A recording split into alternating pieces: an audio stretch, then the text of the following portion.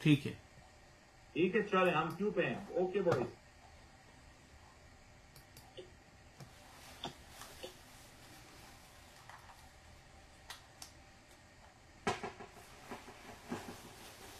رمیش کیوں پہ ہم. السلام علیکم. آپ دیکھ رہے ہیں پروگرام منیر احمد کے ساتھ. آج سپریم کورٹ میں ایک اور بہت ہی اہم سماعت ہوئی اور آج سپریم کورٹ کی اب تک کی سماعت میں صورتحال یہ سمجھ آئے گی کہ خان صاحب کو عدالت میں بلا لیا گیا اور خان صاحب کی سپریم کورٹ میں طلبی کے حوالے سے ابھی احکامات جاری ہو چکے ہیں اور عین ممکن ہے کہ کچھ ہی دیر میں خان صاحب عدالت پہ پہنچ جائیں گے. اس کے بعد کی صورتحال کیا ہوگی یہ یقینی طور پہ آپ کو وقتاً فوقتاً اپڈیٹ رکھیں گے. لیکن سب سے بڑی جو اہم پیش رفت ہوئی آج کی سماعت میں وہ سپریم کورٹ کی جانب سے خان صاحب کی گرفتاری کو غیر قانونی عمل قرار دیا گیا ہے. اس کے اوپر سپریم کورٹ کے آگے کے معاملات کیا ہوں گے اور ایک اور سب سے بڑی اہم بات کہ خان صاحب کی اس گرفتاری سے پاکستان میں تو اس کے اثرات یقینی طور پر ہوئے لیکن اس کے علاوہ انٹرنیشنلی بہت سارے اس کی خبریں بنی اور پاکستانی وہ جو سمندر پار پاکستانی ہیں ان کے حوالے سے بھی کافی زیادہ تشویش پائی جاتی ہے کہ پاکستان میں ہو کیا رہا ہے. اس کے حوالے سے گفتگو کرنے کے لیے ہمارے ساتھ جوائن کریں ڈاکٹر غلام مصطفیٰ صاحب directly from USA chairman Pakistan policy institute کے اور ساتھ میں ہمیں جوائن کریں جناب مقیم احمد صاحب سینئر جرنلسٹ ہیں UK سے ہمیں جوائن کریں اور اسٹوڈیو جو ہمارے ساتھ اس وقت موجود ہیں جناب وحید پنجوانی صاحب سینئر بزنس لیڈر ہیں اور ان سے بھی جاننے کی کوشش کریں گے کیونکہ اس وقت یہ جو سب تمام تک کیوس ہے اس کے پیچھے کی ایک بہت بڑی وجہ پاکستان کی معاشی صورتحال بھی ہے. پاکستان معاشی طور پہ اس دلدل سے کیسے نکل سکتا ہے اور یہ جو صورتحال ہے پاکستان میں بد امنی کی غیر یقینی کی اس صورتحال میں اگر جلدی کو پیش اپ نہ ہوئی تو پھر آگے کیا ہوگا. اسی حوالے سے گفتگو کریں گے. ڈاکٹر صاحب السلام علیکم. وعلیکم السلام. ڈاکٹر صاحب آپ اس وقت US میں بیٹھے ہیں اور یقین طور پہ ہر پاکستانی جو اس وقت پاکستان سے دور ہے پاکستان کے حالات اور واقعات کے حوالے سے پریشان ہوگا. کیا کیفیت ہے اور یہ جو کچھ پاکستان میں ہو رہا ہے انٹرنیشنلی اس کو کس انداز سے کیا جا رہا ہے؟ دیکھیے مجھے صاحب آج کا یہ ٹاپک جو آپ نے بالخصوص سپریم کورٹ کے ریفرنس سے اور پاکستان کی عدالتی کشمکش اور جو قانونی طریقہ کار اور جس طرح سے عوامی رسپانس یہ ساری چیزیں اگر مکس اپ کر دی جائیں تو پاکستان اس وقت بڑے کرٹیکل سچویشن سے گزر رہا ہے and this is defining moment of Pakistan history.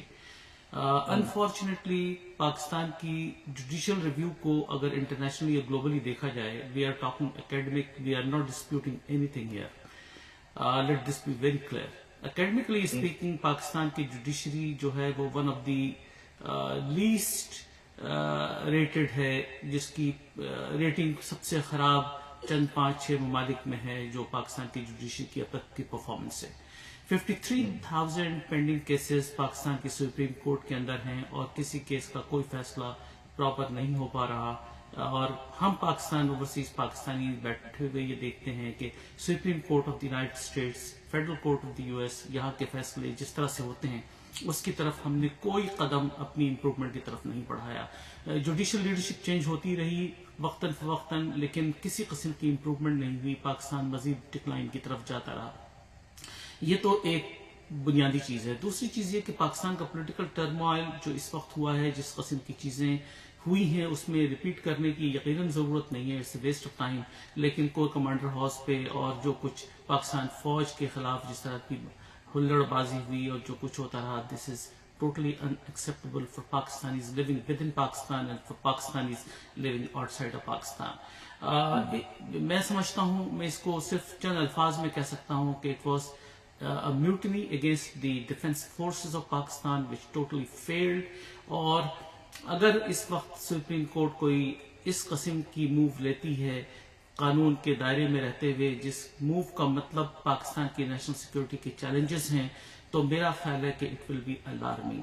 اگر 9/11 کی ہسٹری کو دیکھا جائے تو 9/11 کے اندر freedom of expression rights freedom of press first amendment right of the United States which is the basic fundamental right in any active democracy اس کو سپلینڈ کیا نیشنل سیکورٹی نے. National security comes first democracy comes next. دنیا کے اندر جتنی چیزیں ہوتی رہیں جہاں پہ بہت سارے ایسے معاملات رہے جہاں نیشنل سیکورٹی کا خیال رکھا گیا. اگر آپ دیکھیں بنگلہ دیش کے اندر کو ہوا 1975 کے اندر پہلے فنکار مشتاق نے کو کیا اس کے بعد نیکسٹ کو ہوا نومبر 3 کے اندر خالد مشتاق نے کیا پھر 1981 کے اندر ضیاء الرحمان نے کو کیا 1982 کے اندر پھر